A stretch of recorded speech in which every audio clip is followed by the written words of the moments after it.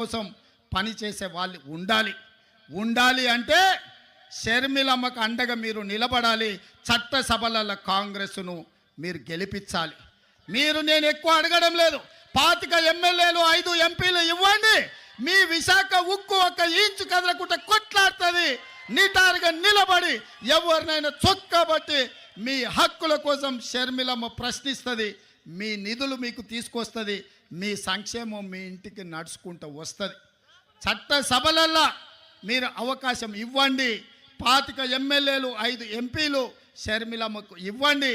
ఎట్లా మీ సమస్యలు పరిష్కారం కావో, ఎట్లా మీ రాజధాని నిర్మాణం కాదో, ఎట్లా పోలవరం పూర్తి కాదో, ఎట్లా ఎవడన్నా వచ్చి విశాఖ ఉక్కును ఎట్లా కొల్లగొడతారో షర్మిలమ్మ చూసుకుంటుంది, కంచేసి కాపాడుకుంటుందని చెప్పి నేను సంపూర్ణంగా విశ్వసిస్తున్నా. ఇవాళ నిజమైన వైఎస్ఆర్ అభిమానులకు, కాంగ్రెస్ పార్టీ కార్యకర్తలకు, ఆంధ్రప్రదేశ్లో అనాథగా ఆలోచన చేస్తున్న ఇక్కడి యువకులకు ఈరోజు నిర్ణయం తీసుకోవాలి. మీరు అనుకోవచ్చు రెండు వైపులా ఉద్దండులాగా ఉన్నారు, మనతోని ఏడవుతుందని. నేను ఒక్క మాట గుర్తు చేయదలుచుకున్నా. తెలంగాణలో కూడా గట్లే ఉండే. ఓ పక్కన మోడీ, ఇంకో పక్కన కేడీ. ఉప ఎన్నికలలో 3200 ఓట్లు వచ్చినాయి మాకు. ఆ ఎల్ల అన్నారు కాంగ్రెస్ పని అయిపోయింది, తట్టాబుట్ట జరుపుకున్నారు, ఉంటుంది కాంగ్రెస్ ఖాళీ అయిపోయిందని. కానీ అధైర్యపడలే, నిలబడి కొట్లాడినాం. ఢిల్లీ మోడీ మీద, గల్లీలో ఉన్న కేడీ మీద నిటారుగా నిలబడి కొట్లాడి మోడీని ఓడించినాం, కేడీని పడగొట్టినాం.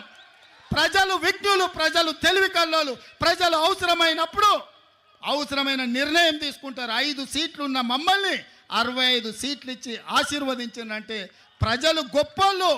ఇవాళ ఇక్కడ కాంగ్రెస్ లేదు అని అనుకుంటుండొచ్చు, కానీ ఈ సభను చూసిన తర్వాత నాకు సంపూర్ణమైన విశ్వాసం వచ్చింది.